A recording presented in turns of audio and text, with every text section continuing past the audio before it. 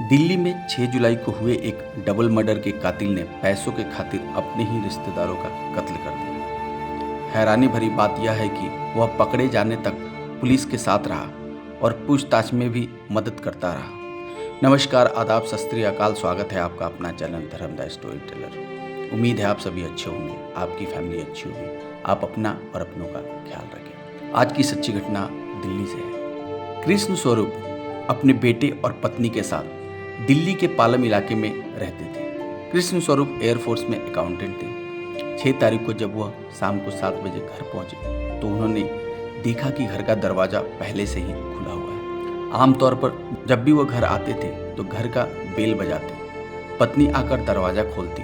उन्होंने दरवाजा खुला देखा, फिर जब अंदर गए तो पाया कि सारा सामान बिखरा हुआ है। वह सामान को बिखरे देख हैरान हो गए और अपनी बीवी को आवाज़ देते हुए उसके कमरे में गए। कमरे में जाते ही उन्होंने देखा कि उनकी पत्नी बबीता खून से लथपथ पड़ी हुई है। उनके पैरों तले जमीन खिसक जाती है। वो दौड़कर अपने बेटे के रूम में जाते हैं। वहाँ देखते हैं कि उनका 27 साल का बेटा वो रूम में खून से लथपथ पड़ा हुआ है। यह देखो, जोर जोर से चिल्लाने लगते हैं, रोने लगते हैं। रोने की आवाज़ सुनकर पास पड़ोसी दौड़कर आते हैं। पड़ोस वाले भी लोग यह देखकर बहुत ही हैरान होते हैं। पुलिस को फोन किया जाता है।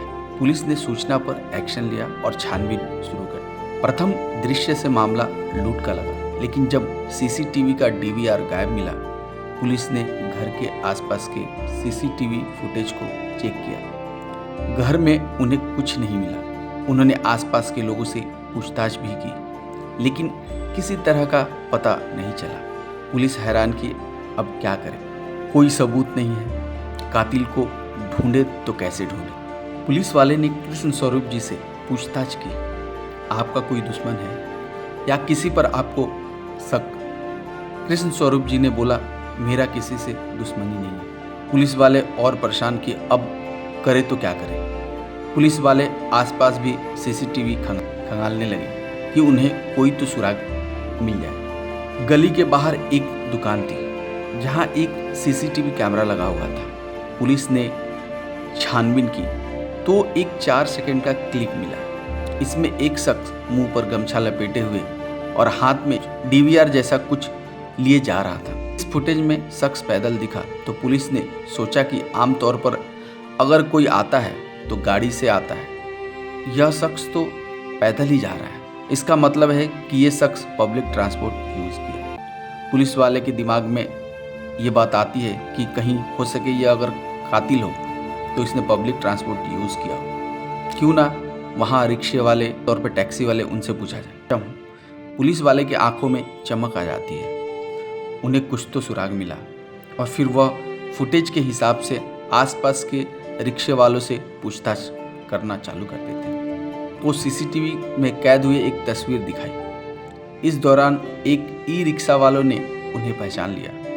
पुलिस ने कारण पूछा कि तुम कैसे जानते हो इसको, तो बताया कि यह शख्स जब उसके रिक्शे में बैठा था तो उसके हाथ में खून लगा हुआ था। हालांकि जब रिक्शे वाले ने पूछा तो उसने कहा कि मेट्रो स्टेशन छोड़ दो। फिर उसने बताया कि इस शख्स से किराए को लेकर झगड़ा हुआ था। पुलिस ने कारण पूछा तो रिक्शे वाले ने बताया कि 30 रुपये के किराए में 10 रुपये की एक फटी नोट दे रहा था, जिसे लेने से मैंने मना कर दिया था। फिर उसने मुझे 30 रुपये पेटीएम किए।